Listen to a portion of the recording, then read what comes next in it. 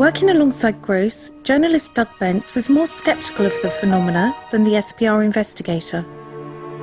I liked Morris and respected his knowledge on what he was doing, while there was an element of caution from me. We were on the landing, the girls were asleep, and there was a moaning. And Morris was really quite excited by this, and clearly thought that there was some kind of outside force trying to express themselves through one of the girls.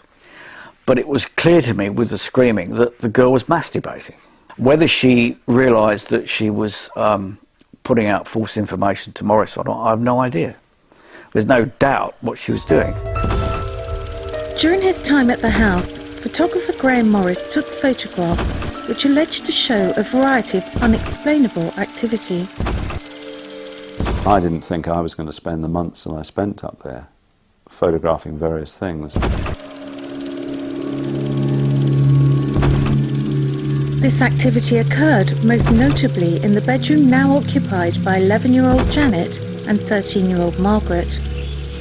Photography was done remotely. I'd be setting up remote cameras, so a lot of it I didn't witness, but I was there just to record it, just to set up cameras and photograph it.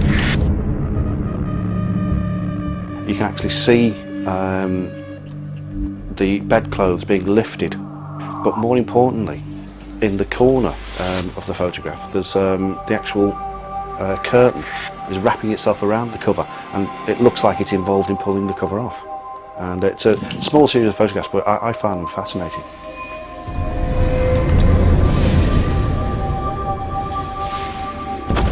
Although the photographs are compelling, some argue that they are far from definitive evidence of paranormal activity. For me, the photograph is convincing because I was there and it brings that weird night back to me. But I can't see the picture would do it for someone who was looking at it objectively to prove anything. As the apparent phenomena went on, Gross soon realised he would need help to document the sheer volume of activity, and was soon joined by Guy Lyon Playfair following that chance meeting at the SPR. Guy was an SPR member with a little bit more experience in investigating cases. He was also a journalist, but somebody who'd written a number of books on various paranormal phenomena, even at that early stage. He'd experienced it all before. He'd seen these things before, and he even knew what was going to happen next, which is a fascinating thing. But he made a point never telling it, which is quite frustrating there, because as a photographer it'd be quite nice to know what's going to happen next so you can get ready for it. The atmosphere was one of absolute confusion, not knowing what on earth was going to happen next. The girls were aged then 12 and 13, they were losing a lot of sleep. It was affecting their schoolwork. It wasn't nice at all. However, as the strange events continued, questions started to be asked about Mrs. Hodgson's motives. There were suggestions at the time that they may have fabricated this scenario in order to get themselves a better house. My first trick question was, would you like us to ask the council to rehouse you? And she said, no, no way. I don't think Peggy Hodgson had the ability to carry that off, and if she had the ability, I don't think she'd have done it. As bizarre occurrences continued to plague the Hodgsons, they were about to find themselves at the centre of a media sensation, and their reputations, along with that of Maurice Gross, were about to be called even further into disrepute. The girls did play a few tricks. I'm sure they were under pressure to perform. I wouldn't have taken the girls' words for anything at all.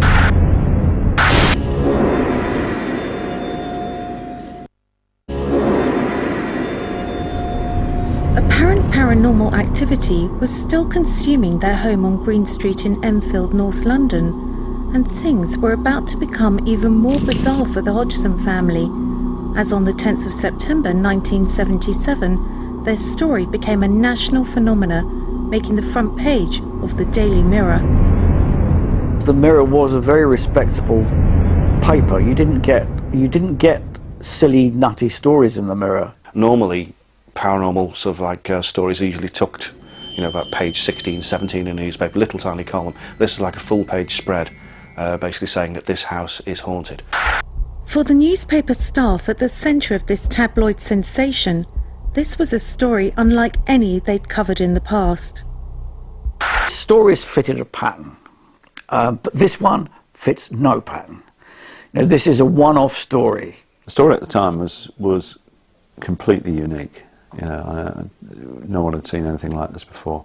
Each time a representative from the media actually visited the house, they each seemed to have their own personal experiences. And it gave it a more personal edge rather than just kind of a step back, objective reporting about what happened. Here were journalists who were reporting on their own experiences. The Enfield case was suddenly at the centre of a media frenzy. Yet there arose claims that some members of the press were intent on exposing the story as a hoax, and the Hodgsons as liars. Several newspapers sent people up there. We had the sort of clever ones who tried to bribe the children into confessing. Two papers did that.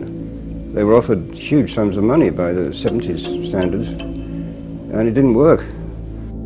However, to many, the motives for the press attempting to bribe the family weren't clear. An expose of fraud in a paranormal case is not so interesting as the real thing. That a story showing that there's a teenage girl who's surrounded by poltergeist activity is a lot more of a seller than teenage girl fakes poltergeist activity. If you step back and think about a generation ago with the media, you didn't get paranormal stories.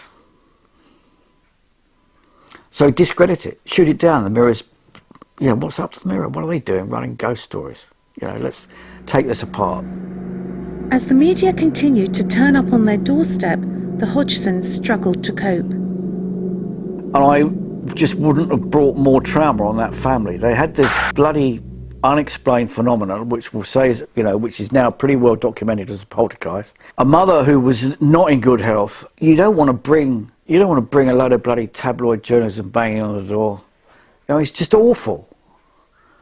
They're in a mess. You know, they need help.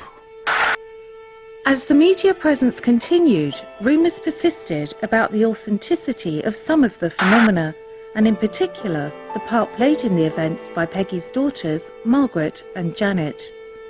I'm afraid at the time I wouldn't have taken the girls' words for anything at all, because it was clear that they were really having a good time, and it was very nice for them having Morris there.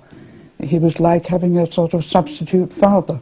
In terms of whether Janet and Margaret actually faked anything between themselves, there is no doubt that that's what they did. I think inevitably, with the continual media interest, you know, they were encouraged to perform. I don't think Mrs. Hodgson would have approved of that, but I'm sure they were under pressure to perform. And I think both girls have admitted subsequently that they did. I think they said that whenever they faked anything, that Morris or Guy or both of them always knew about it. The girls did play a few tricks, as I would have expected. Children learn everything by imitation, so if they wanted to imitate the phenomena that were going on, that's quite normal. It doesn't avoid the fact that what they were imitating was genuine, which of course it was, because how would they know what to make up? I mean, they'd have to fake the right effect of something that had been recorded before, because a poltergeist has got a very limited repertoire. They've got about 18 to 20 tricks, and that's it. So much of the real stuff was happening, and how you distinguish is really quite easy. I mean, if you're sitting in front of me now, and I get up, and this chair suddenly follows me across the room and turns over, I don't think you're going to suspect trickery. Margaret and Janet's pranks were doing little to help legitimise the case. Skeptics were asking, if real paranormal phenomena is occurring, why should they feel the need to fake?